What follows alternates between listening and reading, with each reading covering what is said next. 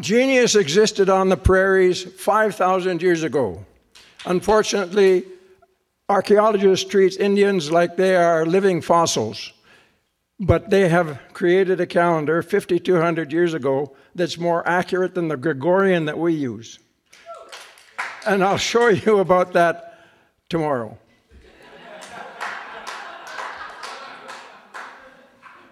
Science at the highest level is an art. Art is generated mainly by intuition. And the highest level of science is generated also by intuition. The people who can write proposals to find something the way they have to do these days, all those people are painting by the dots. They're filling in, joining the dots. The genius exists in the mind, in the intuition. You have a hunch, and then you just follow it. You gather data, and then after you have a pile of data, you interpret it. You don't make a guess and then try and find some results to support that. Well, 5,000 years ago, people studied motions in the sky, both the sun and the moon and the stars. And there's the center of this enormous spider web of stone patterns covers 12 square miles, 30 square kilometers, has a calendar, solar and lunar, that is so accurate that it showed that the definition of equinox in every European language, also in American, is physically impossible. And I'll show you how they figured that out. I found the longest day marked accurately, the shortest day marked accurately. So I thought, well, the equinox is, we celebrate Easter at equinox, don't we?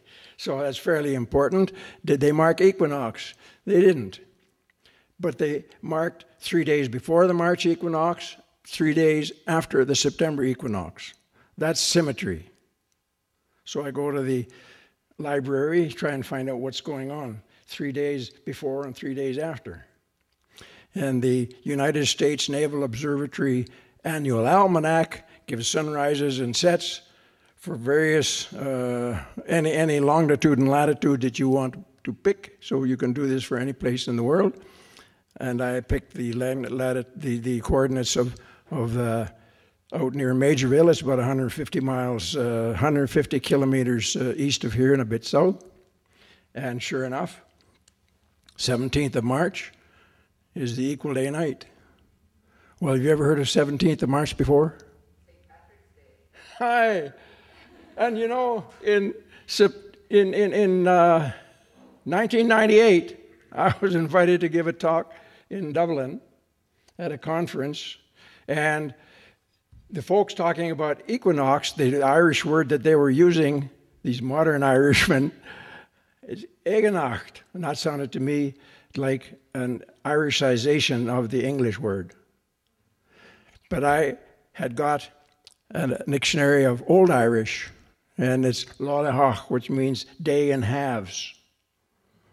So probably 5,000 years ago in Ireland, they were celebrating, they had an accurate calendar, and were celebrating the true equal day night. But the modern Irish didn't want to know that. They wanted to celebrate St. Patrick's Day as a drunken brawl that's blessed by Christianity. When they wanted to mark, when they wanted to do something for St. Peter, they said, well, there's a free day. We got to somehow change the title. Anyway, if I use my 5 minutes yet, I'll get off the stage. I'd really like to get back to listening to all the music, but I have an hour and a half, and I have a whole bunch of slides.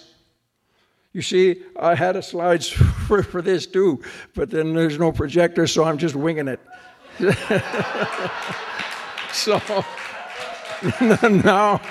now let's get back to the beautiful poetry. I just admire you people who can do what you do. Thank you very much.